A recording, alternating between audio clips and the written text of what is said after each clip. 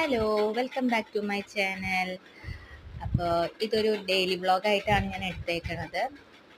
അപ്പോൾ രാവിലെ തന്നെ ഞാൻ നടക്കാൻ പോയിണ്ടായിരുന്നു. നടന്ന് തിരിച്ച് വന്നുകൊണ്ടിരിക്കുകയാണ്. അപ്പോൾ രാവിലെ ഞാൻ ആദ്യം കണ്ടത് മറ്റുള്ളൊരു വീട്ടിൽ ഇങ്ങനെ ഫ്രണ്ടിൽ പുല്ല് അങ്ങനത്തെ കാര്യങ്ങളുണ്ടോ എന്ന് നോക്കി. പക്ഷേ ഇല്ല. പക്ഷെ ഞങ്ങളുടെ വീട്ടിലുണ്ട്. അപ്പോൾ രാവിലെ തന്നെ ഞാൻ വിചാരിച്ചു പിന്നെ പുല്ല് പറിച്ച് കളയാമെന്ന് വിചാരിച്ചു. മഴ ആയതുകൊണ്ട് ഇങ്ങനെ പുല്ല് അവിടെ ഇവിടെയൊക്കെ കിടക്കുന്നുണ്ട്. അപ്പോൾ ഭയങ്കര വൃത്തികേടാണ്. അപ്പോൾ ഞാൻ കയ്യോടെ തന്നെ അതൊന്ന് പറിച്ച് കളഞ്ഞു.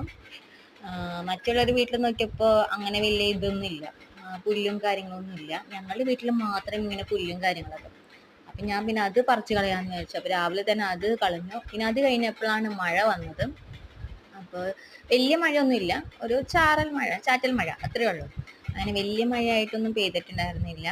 ഇപ്പോൾ കുറച്ച് ദിവസമായിട്ട് മഴ ഞങ്ങൾക്ക് കുറവാണ്. അത് കഴിഞ്ഞ് എൻ്റെ ഡ്രസ്സുകളൊക്കെ ഞാൻ അലക്കാനിട്ടുണ്ടായിരുന്നു. അപ്പോൾ അതൊക്കെ ഞാനിങ്ങനെ അയമ ഇട്ടേക്കായിരുന്നു. പിന്നെ അത് കഴിഞ്ഞ് ഞാൻ പിന്നെ പാത്രം കഴുകാനായിട്ട് പോയി. മോള് വരുമ്പോഴേക്കും എൻ്റെ എല്ലാ പണികളും തീർക്കണം എന്ന് വിചാരിച്ചിട്ടാണ് പടപടാന്നും പറഞ്ഞ പണികൾ തീർത്തത്. പിന്നെ ഇന്നലെ ഞങ്ങൾക്ക് ചോറും ബീഫ് കറിയായിരുന്നു. അപ്പോൾ ഞാൻ മുമ്പേ വേവിച്ച് വെച്ചിട്ടുണ്ടായിരുന്നു ബീഫ്. പിന്നെ കുറച്ച് ഉള്ളത് കൊണ്ട് പിന്നെ ഇന്നലെ തന്നെ ഉണ്ടാക്കാമെന്ന് വിചാരിച്ചു. അപ്പോൾ അങ്ങനെ ഞാൻ ബീഫ് കറി ഉണ്ടാക്കി. അപ്പോൾ 2-3 ഡിഷ് ഞാൻ ഉണ്ടാക്കിയിട്ടുണ്ട് എൻ്റെ ഒരു റെസിപ്പിയിൽ. എല്ലാവരും അങ്ങനെ തന്നെയാണ് ഉണ്ടാക്കണമെന്ന് എനിക്കറിയില്ല. അപ്പോൾ ഞാൻ അങ്ങനെ ബീഫ് കറി ഉണ്ടാക്കി. അപ്പോൾ ഇതിൻ്റെ റെസിപ്പി ഞാൻ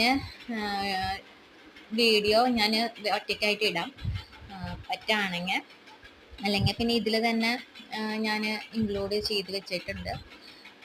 അപ്പോൾ ഞാനിതിൽ ബീഫ് ഉരുളക്കിഴങ്ങ് ഇട്ടിട്ടാണ് വെക്കാറ്. സാധാരണ എൻ്റെ വീട്ടിലൊക്കെ തേങ്ങക്കൊത്ത് വെച്ചിട്ടാണ്. പക്ഷേ ഇവിടെ എൻ്റെ ഹസ്ബൻഡിന് ഇഷ്ടം ഉരുളക്കിഴങ്ങ് ഇട്ടിട്ടാണ്. അപ്പോൾ ഞാൻ ഉരുളക്കിഴങ്ങും ബീഫും വെച്ചിട്ടാണ് ഉണ്ടാക്കിയത്.